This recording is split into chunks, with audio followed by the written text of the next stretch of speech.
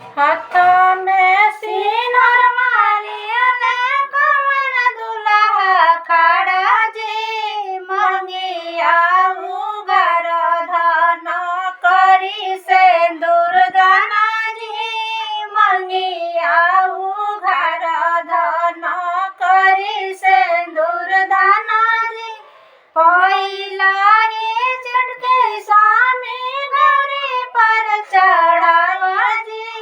दूसरा ही चढ़के स्वामी मंगिया सजाई जी दूसरा ही चढ़के स्वामी मंगिया सजाई जी मंगिया सजाई दुल्हा बोले ऐसन बोला जी मड़वा में बेटी रोवे गंगा बहाया जी मड़वा में बेटी रोवे गंगा बहाया जी मंगिया सजाई दुल्हा बोले ऐसन बोला जी मड़ा